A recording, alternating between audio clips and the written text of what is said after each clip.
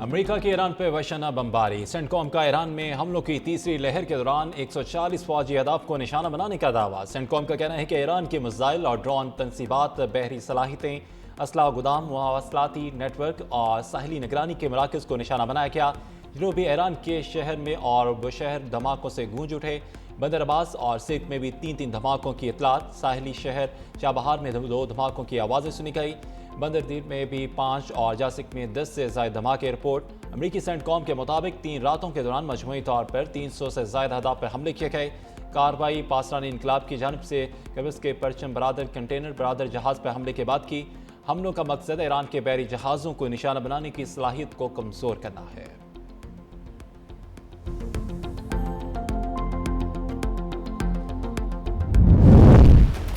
ایران پہ امریکی حملوں کے کچھ ہی دیر بعد بحرین اور قطر میں دھماکوں کی آوازیں۔ ایران نے خطے میں دشمن کے اڈوں پر میزائلوں کی بارش کر دی۔ ایران کا اردن میں پرنس حسن ایئر بیس میں قائم کمانڈ اینڈ کنٹرول سینٹر تباہ کرنے کا دعویٰ۔ پاسداران انقلاب کے مطابق امریکہ نے ایران کے جنوبی ساحلی علاقوں میں متعدد فوجی اڈوں اور مواصلاتی ٹاورز پر فضائی حملے کیے، جس کے جواب میں یہ کارروائیاں کی گئی۔ آبِ ہرمز بھی مکمل طور پر بند کر دی گئی۔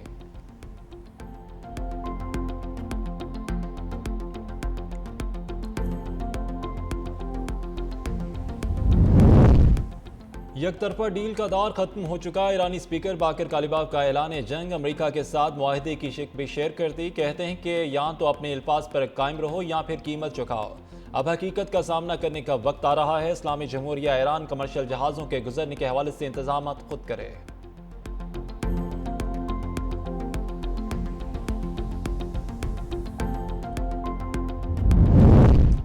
آبِ ہرمز کی بحالی اور امریکہ سے جاری تناؤ۔ ایرانی وزیر خارجہ عباس اراغچی اعلیٰ سطح وفد کے ہمراہ عمان آمد۔ آبِ ہرمز سے متعلق مذاکرات میں شرکت۔ عمانی وزیر خارجہ سے بھی ملاقات۔ 2 طرفہ تعلقات اور خطے کی سیکیورٹی صورتحال پہ تبادلہ خیال۔ عباس اراغچی نے ایک بیان میں کہا کہ ایران نے اب تک تمام وعدوں کی پاسداری کی، امریکہ کو بھی عمل درآمد کرنا ہوگا۔ ترجمان ایرانی وزارت خارجہ کے مطابق عباس اراغچی کا دورہ عمان مشاورتی عمل کا تسلسل ہے۔ فریقین آبِ ہرمز سے جہازوں کی آمد و رفت کے لیے مناسب طریقہ کار پر بات چیت کریں۔ وال اسٹریٹ جرنل کے مطابق ٹرمپ انتظامیہ جوہری معاہدے کے امکانات سے متعلق مایوسی کا شکار ہے۔ مشرقی وسطیٰ میں کشیدگی۔ پاکستان سعودی عرب کا اظہار تشویش۔ اسحاق ڈار اور سعودی وزیر خارجہ شہزادہ فیصل بن فرحان کا ٹیلی فونک رابطہ۔ دونوں رہنما کا خطے کی تازہ صورتحال پہ تبادلہ خیال۔ سعودی وزیر خارجہ نے جاری سفارتی کوششوں سے پاکستان کو آگاہ کیا۔ پاکستان کا تمام فریقین سے زیادہ تحمل کا مظاہرہ کرنے کا مطالبہ۔ اسحاق ڈار نے ثالثی کی کوششوں کے وقت اور مواقع فراہم کرنے پر زور دیا۔ پاکستان اور سعودی عرب کا قریبی رابطے برقرار رکھنے پر اتفاق۔ امریکی وزیر خارجہ مارکو روبیو کا بھی سعودی ہم منصب کو فون۔ دونوں فریقوں نے خطے کی موجودہ صورتحال کا جائزہ لیا، مشاورت اور مشترکہ رابطہ کاری کو جاری رکھنے کی اہمیت پر زور دیا۔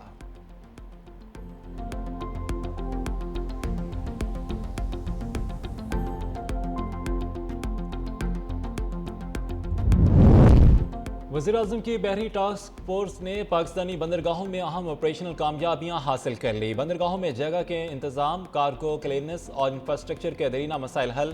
نیشنل لاجسٹک کارپوریشن سمیت تمام سٹیک ہولڈرز کی شرکت سے اہم اصلاحات کا نفاذ مکمل۔ کنٹینرز کی تہ بندی منظم انداز میں ہونے لگی اور بندرگاہوں کو ماسٹر پلان کے مطابق ازرسر نو ترتیب دیا گیا ہے۔ کراچی پورٹ ٹرسٹ میں تجاوزات کے خاتمے کے لیے خصوصی کمیٹی بھی قائم کر دی گئی۔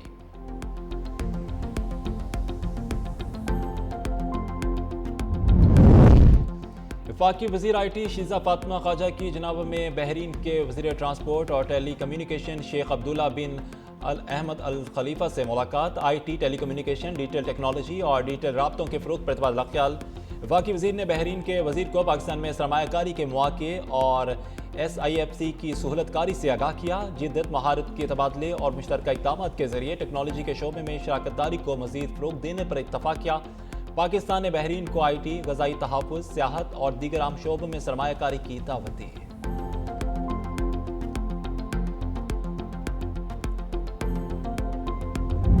پاک فوج، FCC بلوچستان اور پولیس کا مشترکہ آپریشن شبان۔ فتنہ خوارج کے خلاف بلوچستان میں ہوائی اور زمینی کارروائیاں۔ مزید 3 دہشت گرد جہنم واصل۔ آپریشن شبان میں جہنم واصل ہونے والوں کی مجموعی تعداد 67 ہو گئی۔ 5 جولائی سے اب تک آپریشن شبان اور دیگر انٹیلیجنس بیسڈ آپریشنز میں مجموعی طور پر 105 خارجی دہشت گرد جہنم واصل ہو چکے۔ سیکیورٹی ذرائع کے مطابق آخری دہشت گرد کے خاتمے تک بلوچستان میں آپریشن شبان جاری رہے گا۔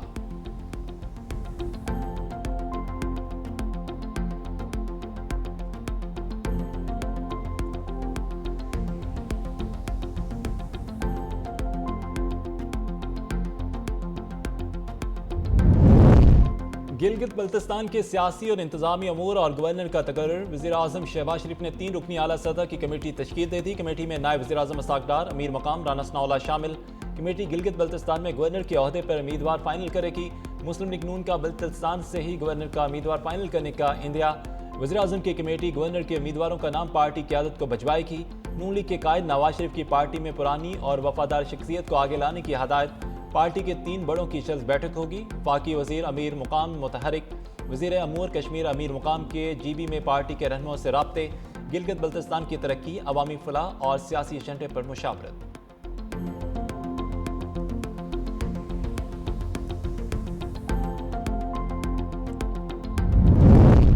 سپریم کورٹ کے فیصلے پہ عمل درآمد، سندھ پولیس کا اہم حکم نامہ جاری۔ منشیات کیسز میں سرچ، برآمدگی اور گرفتاری کی ویڈیوز ریکارڈنگ لازمی قرار۔ آئی جی سندھ نے تمام فیلڈ افسران کو موبائل فون سے شواہد محفوظ بنانے کی ہدایت جاری کر دی۔ مراسلے کے مطابق ویڈیو ریکارڈنگ سے مقدمات میں شواہد مضبوط اور جھوٹے الزامات کی روک تھام ممکن ہوگی۔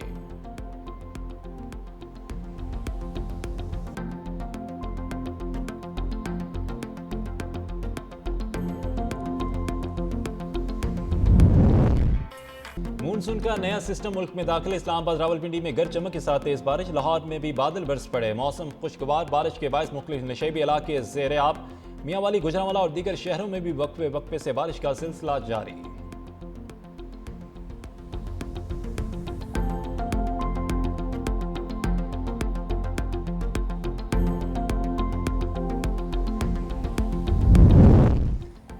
راولپنڈی گجر خان میں خونی رشتہ تار تار، سگے بھائی نے سوتے ہوئے بھائی کو گولیاں مار کر قتل کر دیا۔ ذرائع کے مطابق رات کے دونوں بھائیوں میں تلہ کلامی ہوئی تھی۔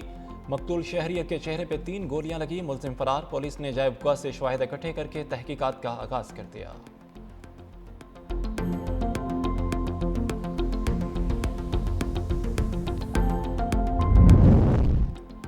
لاہور میں سسرا پنجاب کے ٹرک کی موٹر سائیکل کو ٹکر، 1.5 سالہ بچی جاں بحق، میاں بیوی زخمی، مشتعل افراد کا ٹرک ڈرائیور پر تشدد۔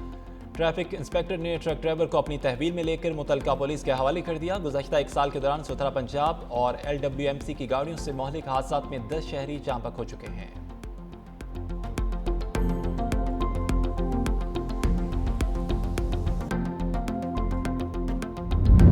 اقلیتوں پر بڑھتے مظالم نے بھارتی وزیر اعظم مودی کی بین الاقوامی حیثیت کو مٹی میں ملا دیا۔ مودی کے دورہ آسٹریلیا کے دوران انسانی حقوق کی تنظیموں کا احتجاج، مظاہرین نے محکمہ داخلہ کے دفتر سے مارچ کرتے ہوئے ریلی نکالی۔ تقریب میں شرکت کے لیے آنے والے افراد کے خلاف نعرے بازی، مظاہرین نے بھارتی دراندازی بند کرو اور مودی واپس جاؤ کے نعروں پر مبنی بینرز اٹھا رکھے تھے۔